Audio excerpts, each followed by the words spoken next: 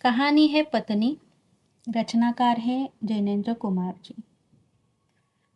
पत्नी कहानी में मुख्य पात्र है सुनंदा। सुनंदा जो एक साधारण गृहिणी है और अपने पति कालिंदी चरण के व्यवहार से दुखी है और अपमानित महसूस करती है, लेकिन फिर भी अपने पति की सेवा में लगी रहती है। कालिंदी चरण जो है वह सुनंदा का पति है। कालिंदी चरण राजनीतिक और सामाजिक सुधारों की बातें तो करता है, लेकिन अपनी पत्नी के प्रति असंवेदनशील और उपेक्षित व्यवहार रखता है। ये कहानी जो है वह 2000 में प्रकाशित हुई थी और इसका जैनेन्द्र जी के जो कहानी संग्रह है पाजेब, इसमें ये कहानी शामिल की थी। जो पाजेब है उसका प्रकाशन था 1942 में जैनेन्द्र जी ने किया था। पत्नी कहानी के लेखक जो है जैनेन्द्र कुमार। जैनेन्द्र कुमार एक प्रसिद्ध मनोवैज्ञानिक कथाकार उपन्यासकार है। उनका जन्म 2 जनवरी 1905 को उत्तर प्रदेश के अलीगढ़ में हुआ था। उनकी शिक्षा जो है हस्तिनापुर के जैन गुरुकुल और काशी हिंदू विश्वविद्यालय में हुई। उन्होंने असहयोग आंदोलन में भाग लिया था। प्रारंभिक शिक्षा हस्तिनापुर के जैन गुरुकुल में, जहां उनका नामकरण भी हुआ। उन्होंने असहयोग आंदोलन में भाग लिया था 1921 में काशी विश्वविद्यालय की पढ़ाई छोड़कर, और नागपुर में राजनीतिक पात्रों के संवाददाता के रूप में भी इन्होंने कार्य किया था। इनकी रचनाएं हैं उपन्यास में परख, सुनीता, त्यागपत्र, कल्याणी, मुक्तिभूत। कहानी संग्रह है इनके फांसी, 2 चिड़िया, पाजेब, नीलम देश की राजकन्या। ये जो उपन्यास है, ये जो कहानी है पत्नी, यह पाजेब कहानी संग्रह में शामिल है। निबंध संग्रह है प्रस्तुत प्रश्न, जड़ की बातें, ए और वे। दर्शन है उन्होंने काम, प्रेम और मानव के आंतरिक संघर्षों पर गहन दार्शनिक चिंतन इन्होंने किया है। मुक्तिबोध के लिए इनको साहित्यिक अकादमी पुरस्कार मिला है और दिल्ली और आगरा विश्वविद्यालय से डिलीट की मानद उपाधि ने प्राप्त हुई है। आगे देखते हैं कहानी जो है वह पत्नी। जैनेन्द्र कुमार। शहर के एक और तिरस्कृत मकान, दूसरा तल्ला, वह चौके में एक स्त्री अंगीठी सामने लिए बैठी है। अंगीठी की आग राख हुई जा रही है। वह जाने क्या सोच रही है। उसकी अवस्था 20-22 के लगभग होगी। देह से कुछ दुबली है और संभ्रांत कुल की मालूम होती है। एकाएक अंगीठी में राख होती आग की ओर स्त्री का ध्यान गया। घुटनों पर हाथ देकर वह उठकर कुछ कोयले लाई। कोयले अंगीठी में डालकर फिर किनारे ऐसे बैठ गई मानो याद करना चाहती है कि अब क्या करूं। घर में और कोई नहीं और समय 12 से ऊपर हो गया है। 2 प्राणी घर में रहते हैं, पति और पत्नी। पति सवेरे से गए हैं कि लौटे नहीं और पत्नी चौके में बैठी है। सुनंदा सोचती है, नहीं सोचती कहाँ है, असल भाव से वह तो वहाँ बैठी है। सोचने को है तो यही कि कोयले न बुझ पाए। वे जाने कब आ जाएंगे। 1 बज गया है, कुछ हो। आदमी को अपनी देह की फिक्र करनी चाहिए और सुनंदा बेटी है, वह कुछ कर नहीं रही है। जब वह आएंगे तब रोटी बना देगी। वे जाने कहाँ कहाँ देर लगा देते हैं और कब तक बैठूं। मुझसे नहीं बैठा जाता। कोयले भी आए हैं और उसने झल्ला कर तवा अंगीठी पर रख दिया। नहीं, अब वह रोटी बना ही देगी। उसने खींचकर जोर से आटे की थाली सामने खींच ली और रोटी बेलने लगी। थोड़ी देर बाद उसने जीने पर पैरों की आहट सुनी। उसके मुख पर कुछ तल्लीनता आई। क्षण भर वह आभा उसके चेहरे पर रहकर चली गई और वह फिर उसी भांति काम में लग गई। कालिंदी चरण पति आए। उनके पीछे पीछे 3 और उनके मित्र भी आए। ये आपस में बातें करते आ रहे थे और खूब गर्म थे। कालिंदी चरण अपने मित्रों के साथ सीधे अपने कमरे में चले गए। उनमें बहस छिड़ी थी, कमरे में पहुंचकर रुकी बहस फिर छिड़ गई। ये चारों व्यक्ति देशोद्धार के संबंध में कटिबद्ध है। चर्चा उसी सिलसिले में चल रही है। भारत माता को स्वतंत्र करना होगा और नीति अनीति, हिंसा अहिंसा को देखने का यह समय नहीं है। मीठी बातों का परिणाम बहुत देखा। मीठी बातों से बाघ के मुंह से अपना सिर नहीं निकाला जा सकता। उस वक्त बाघ मारना ही एक इलाज है। आतंक, हाँ आतंक। हमें क्या आतंकवाद से डरना होगा? लोग हैं जो कहते हैं आतंकवादी मूर्ख है, वे बच्चे हैं। हाँ, वे बच्चे और मूर्ख, उन्हें बुजुर्गी और बुद्धिमानी नहीं चाहिए। हमें नहीं अभिलाषा अपने जीने की, हमें नहीं मोह अपने बाल बच्चों का, हमें नहीं गर्ज धन दौलत की। तब हम मरने के लिए आज़ाद क्यों नहीं हैं? जुल्म को मिटाने के लिए कुछ जुल्म होगा ही, उससे वे डरे जो डरते हैं। डर हम जवानों के लिए नहीं है। फिर वो चारों आदमी निश्चल करने लगे कि उन्हें खुद क्या करना चाहिए। इतने में कालिंदी चरण को ध्यान आया कि न उसने खाना खाया है, न मित्रों को खाने के लिए पूछा है। उसने अपने मित्रों से माफी मांगकर छुट्टी ली और सुनंदा की तरफ चला। सुनंदा जहाँ थी वहाँ है। वह रोटी बना चुकी है, अंगीठी के कोयले उल्टे तवे से दबे हैं। माथे को उंगलियों पर टिकाकर वह बैठी है। बेटी बेटी सुनी सी देख रही है, सुन रही है कि उसके पति कालिंदी चरण अपने मित्रों के साथ क्यों और क्या बातें कर रही है। उसे जोश का कारण नहीं समझ में आता। उत्साह के उसके लिए अपरिचित है। वह उसके लिए कुछ दूर की वास्तु है, स्पृहणीय, मनोरम और हरियाली। वह भारत माता की स्वतंत्रता को समझना चाहती है, पर उसकी न भारत माता समझ में आती है, न स्वतंत्रता समझ में आती है। उसे इन लोगों की इस जोरों की बातचीत का मतलब ही न समझ में आता। फिर भी सच उत्साह कि उसमें बड़ी भूख है। जीवन की होश उसमें बुझती सी जा रही है, पर वह जीना चाहती है। उनसे बहुत चाहा कि पति उससे भी कुछ देश की ही बातें करे।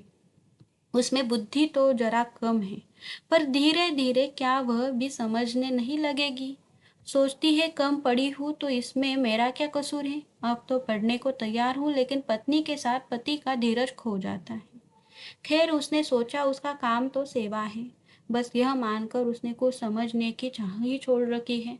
वह अनायास भाव से पति के साथ रहती है और कभी उनकी राह के बीच में आने की नहीं सोचती। वह एक बात जानती है कि उनके पति ने अगर आराम छोड़ दिया है, घर का मकान छोड़ दिया है, जानबूझकर उखड़े उखड़े और मारे मारे जो फिरते हैं, इसमें वे कुछ भला ही सोचते होंगे।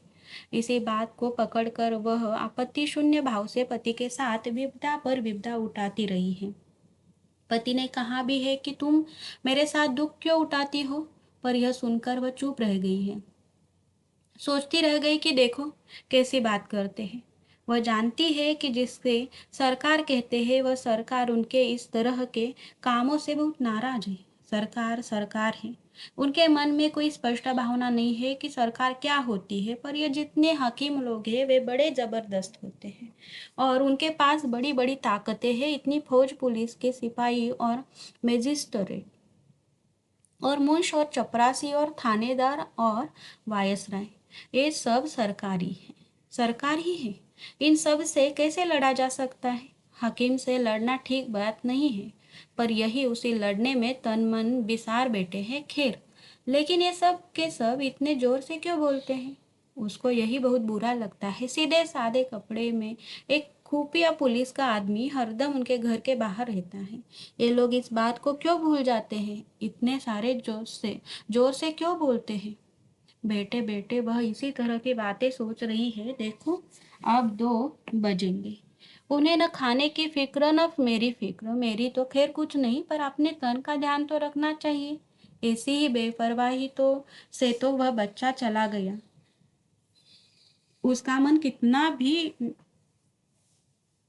इधर उधर डोले, पर अकेली जब होती है तब भटक भटका कर वह मन अंत में उसी बच्चे के अभाव पर आ पहुंचता है।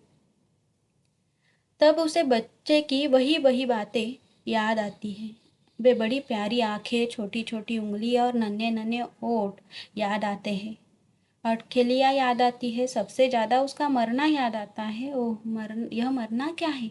इस मरने की तरफ तो उससे देखा नहीं जाता। यद्यपि वह जानती है कि मरना सबको ही है, उसको मरना है, उसके पति को मरना है, पर उस तरफ भूल से छनकर देखती है तो भय से भर जाती है। यह उसे सहा नहीं जाता, बच्चे की याद उसे मत देती है। तब वह विहल होकर आंखें पोंछती है और हठात इधर उधर की किसी काम के बात में अपने को उलझा लेना चाहती है। पर अकेले में वह कुछ करे, रह रहकर वही याद, वही वह मरने की बात उसके सामने हो रही है और उसका चित्त बेबस हो जाता है। वह उठी, अब उठकर बर्तनों को मांज डालेगी, चौका भी साफ करना है। ओह, खाली बेटी में क्या सोचती रहा करती हूँ। इतने में कालिंदी चरण चौके में आई। सुनंदा कठोरतापूर्वक शून्य को देखती रही, उसने पति की ओर नहीं देखा। कालिंदी ने कहा, सुनंदा, खाने वाले हम 4 हैं, खाना हो गया? सुनंदा चुन की थाली और चकला बेलन और बटलोई, खाली बर्तन वगैरह उठाकर चल दी, कुछ भी नहीं बोली। कालिंदी ने कहा, सुनती हो, 3 आदमी मेरे साथ और है, खाना बन सके तो कहो, नहीं तो इतने में ही काम चला लेंगे। सुनंदा कुछ भी नहीं बोली। उसके मन में बेहद गुस्सा उठने लगा। यह उससे क्षमा प्रार्थी से क्यों बात कर रहे हैं? हंसकर क्यों नहीं कह देते कि कुछ और खाना बना दो, जैसे मैं गैर हूँ? अच्छी बात है, तो मैं भी गुलाम नहीं हूँ कि इनसे इनके ही काम में लगी रहूं। मैं कुछ नहीं जानती खाना वाना। और वह चुप रही। कालिंदी चरण ने जरा जोर से कहा, सुनंदा। सुनंदा के जी में ऐसा हुआ कि हाथ की बटलोई को खूब जोर से फेंक दे। किसी का गुस्सा सहने के लिए वह नहीं है। उसे तनिक भी सूझ न रही कि अभी बेटे बेटे इन्हीं अपने पति के बारे में कैसी प्रीति की और भलाई की बातें सोच रही थी। इस वक्त भीतर ही भीतर गुस्से से घुट कर रह गई। क्यों? बोल भी नहीं सकती? सुनंदा नहीं बोली। तो अच्छी बात है, खाना कोई भी नहीं खाएगा। यह कहकर कालिंदी तेज में पैर पटकते लौट चले गए। कालिंदी चरण अपने दल में उग्र नहीं समझे जाते, किसी कदर उदार समझे जाते हैं। सदस्य अधिकतर विवाहित है। कालिंदी चरण विवाहित ही नहीं है, वह एक बच्चा खो चुके हैं। उनकी बात का दल में आदर है। कुछ लोग उनके धीमेपन से रुष्ट भी हैं। वह दल में विवेक के प्रतिनिधि है और उत्पात पर अंकुश का काम करते हैं। बस इतनी बात पर थी कि कालिंदी का मत था कि हमें आतंक को छोड़ने की ओर बढ़ना चाहिए। आतंक से विवेक कुंठित होता है और या तो मनुष्य उससे उत्तेजित ही रहता है, उसके भय से दबा रहता है। दोनों ही स्थितियां श्रेष्ठ नहीं है। हमारा लक्ष्य बुद्धि को चारों ओर से जगाना है, उसे आतंकित करना नहीं। सरकार व्यक्ति और राष्ट्र के विकास के ऊपर बैठकर उसे दबाना चाहती है। हम इसी विकास के अवरोध को हटाना चाहते हैं, इसी को मुक्त करना चाहते हैं। आतंक से वह काम नहीं होगा। जो शक्ति के मद में उन्मत्त है, असली काम तो उनका मद उतारने और उनमें कर्तव्य भावना का प्रकाश जगाने का है। हम स्वीकार करें कि उसका मद टक्कर खाकर, चोट पाकर ही उतरेगा। यह चोट देने के लिए हमें अवश्य तैयार रहना चाहिए, पर यह नोचा नाची उपयुक्त नहीं। इससे सत्ता का कुछ बिगड़ता तो नहीं, उल्टे उसे अपने औचित्य पर संतोष हो जाता है। पर जब सुनंदा के पास से लौट कर आया, तब देखा गया कि कालिंदी अपने पक्ष पर दृढ़ नहीं है। वह सहमत हो सकता है कि हाँ, आतंकी जरूरी भी है। हाँ, उसने कहा, यह ठीक है कि हम लोग कुछ काम शुरू कर दें। इसके साथ ही कहा, आप लोगों को भूख नहीं लगी है क्या? उनकी तबीयत खराब है, इससे यहाँ तो खाना बना नहीं। बताओ क्या किया जाए? कहीं होटल चले? एक ने कहा कि कुछ बाजार से ही मंगा लेना चाहिए। दूसरे की राय हुई कि होटल ही चलना चाहिए। इसी तरह की बातों में लगे थे कि सुनंदा ने एक बड़ी से थाली में खाना परोसकर उनके बीच ला रखकर वह चुपचाप चली गई। फिर आकर पास ही 4 गिलास पानी के रख दिए और फिर उसी भांति चुपचाप चली गई। कालिंदी को जैसे किसी ने काट लिया। तीनों मित्र चुप रहे। उन्हें अनुभव हो रहा था कि पति पत्नी के बीच स्थिति में कहीं कुछ तनाव पड़ा हुआ है। अंत में एक ने कहा, कालिंदी, तुम तो कहते थे खाना बना नहीं है। कालिंदी ने झेपकर कहा, मेरा मतलब था काफी नहीं है। दूसरे ने कहा, काफी है, सब चल जाएगा। देखो कुछ और हो तो, कहकर कालिंदी उठ गई। आकर सुनंदा से बोला, यह तुमसे किसने कहा था कि खाना वहां ले आओ? मैंने क्या कहा था? चलो उठा लाओ थाली। हमें किसी को यहाँ नहीं खाना है, हम होटल जाएंगे। सुनंदा नहीं बोली। कालिंदी भी कुछ देर गुम खड़ा रहा। तरह तरह की बातें उनके मन में और कंठ में आती थी। उसे अपना अपमान मालूम हो रहा था और अपमान असह्य था। उसने कहा, सुनती नहीं हो कि कोई क्या कह रहा है? क्यों? सुनंदा ने मुंह फेर लिया। क्या मैं बकते रहने के लिए हूँ? सुनंदा भीतर ही भीतर घूट गई।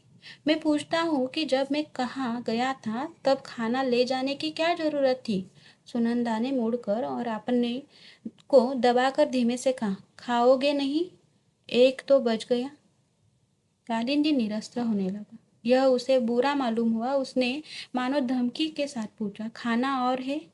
सुनंदा ने धीमे से कहा, अचार लेते जाओ। खाना और नहीं है? अच्छा, लाओ अचार। सुनंदा ने अचार ला दिया और कालिंदी भी चला गया। सुनंदा ने अपने लिए कुछ भी बचाकर नहीं रखा था। उसे यह सूझा ही न था कि उसे भी खाना है। अब कालिंदी के लौटने पर ही जैसे उसे मालूम हुआ कि उसने अपने लिए कुछ भी बचाकर नहीं रखा है, वह अपने से रुष्ट हुई। उसका मन कठोर हुआ, इसीलिए नहीं क्योंकि उसने खाना नहीं बचाया। इस पर तो उसमें पाबीवान का भाव जगता था। मन कठोर तो यो हुआ कि वह इस तरह की बात सोचती है क्यों है? छी, यह भी सोचने की बात है। और इसमें कड़वाहट कड़वाहट कड़वाहट भी फैली। हठात यह उसके मन को लगता ही है कि देखो, उन्होंने एक बार भी नहीं पूछा कि तुम क्या खाओगी। क्या मैं यह सह सकती थी कि मैं तो खाऊं और उनके मित्र भूखे रहें? और पूछ लेते तो क्या था? इस बात पर उसका मन टूटता सा है, मानो उसका जो तनिक सा मन था वह भी कुचल गया हो। वह रह रहकर अपने को स्वयं तिरस्कृत करने लगी हुई कहती कि छी छी सुनंदा, तुझे ऐसे जरा बात का अब तक ख्याल होता है? तुझे तो खुश होना चाहिए कि उनके लिए एक रोज भूखे रहने का पुण्य तुझे मिला है।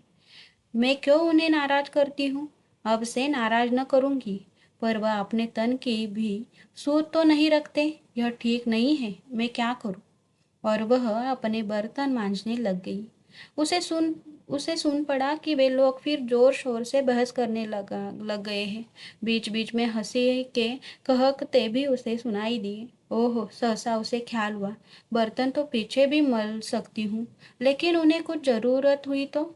यह सोचकर झटपट हाथ धो वह कमरे के दरवाजे के बाहर दीवार से लगकर खड़ी हुई। एक मित्र ने कहा, आचार और है? आचार और मंगाओ यार। कालिंदी ने अभ्यासवश जोर से पुकारा, आचार लाना भाई, आचार। मानो सुनंदा कहीं बहुत दूर हो, पर वह तो बाहर लगी खड़ी ही थी। उसने चुपचाप आचार लाकर रख दिया। जाने लगी तो कालिंदी ने तनिक स्निग्ध वाणी से कहा, थोड़ा पानी भी लाना। और सुनंदा ने पानी ला दिया देकर लोटी, फिर बाहर द्वार के लगकर औट में खड़ी हो गई, जिसे कालिंदी कुछ मांगे तो जल्दी से ला दे। तो ये थी कहानी पत्नी। एक इस कहानी में सुनंदा के माध्यम से स्त्री की आंतरिक छटपटाहट और विद्रोह को दर्शाया गया है, जो केवल पति की सेवा तक सीमित नहीं रहना चाहती और अपने अस्तित्व की महत्ता को समझना चाहती है।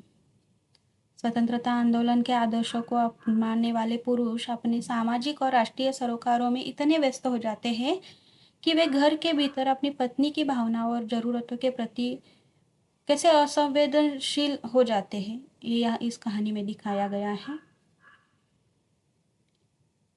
कहानी में उस पुरुष वर्चस्व को उजागर किया है जहाँ पति अपनी पत्नी की बात सुनने को भी तैयार नहीं होता और पत्नी को अपनी बात रखने का अवसर यहाँ पर नहीं मिल पाता। पति पत्नी के रिश्ते को नए सिरे से देखने और पति के वर्चस्व के कारण पत्नी के दब जाने की व्यथा को इस कहानी में दर्शाया गया है। तो ये कहानी थी पत्नी, जैनेन्द्र कुमार जी की। ये कहानी जो है यहाँ पर समाप्त होती है। धन्यवाद।